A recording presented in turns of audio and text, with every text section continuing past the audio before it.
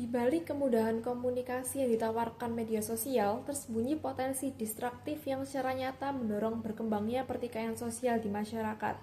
Menurut saya, penggunaan sosial media secara masif justru menyuburkan kebencian dan melemahkan kohesi sosial yang selama ini menjadi perekat kehidupan bersama. Alasan pertama saya berkaitan dengan polarisasi opini. Algoritma platform media sosial dirancang untuk memaksimalkan keterlibatan pengguna, bukan untuk menyajikan keseimbangan informasi. Akibatnya, seseorang hanya terpapar konten yang sesuai dengan keyakinan yang sudah dimilikinya, sehingga pandangan tersebut terus-menerus diperkuat tanpa pernah diuji.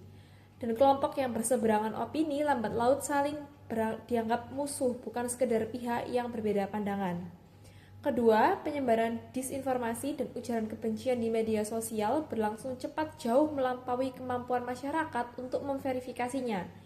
Satu unggahan yang berisi fitnah atau informasi palsu tentang kelompok tertentu dapat menjangkau jutaan orang hanya dalam hitungan jam.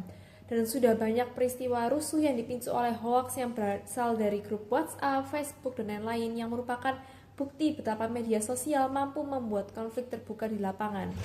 Indonesia sendiri telah berulang kali menyaksikan bagaimana narasi provokatif di media sosial menjadi bahan bakar pertikaian antar komunitas.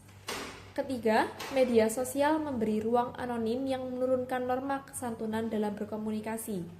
Di ruang nyata, seseorang cenderung menahan diri karena adanya kontrol sosial langsung. Tetapi di media sosial, anonimitas mendorong perilaku agresif karena orang lebih mudah menghina, mengancam, dan memprovokasi.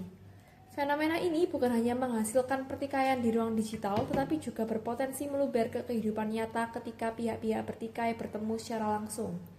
Keempat, media sosial telah menjadi alat yang efektif untuk mobilisasi massa berdasarkan sentimen yang negatif. Kelompok-kelompok yang berkepentingan memanfaatkan platform ini untuk mengorganisir dan menggerakkan massa. Kemudahan ini mempersingkat jarak antara kebencian yang tersebar secara daring dengan aksi nyata yang ada di lapangan. Memang benar bahwa media sosial juga digunakan untuk tujuan positif dengan menyebarkan informasi, mengorganisasi gerakan sosial yang damai, dan mempertemukan orang-orang yang memiliki nilai kemanusiaan yang sama. Namun, karakteristik desain platform yang mengutamakan konten yang kontroversial demi meningkatkan engagement menjadikan sisi distraktif ini sangat nyata.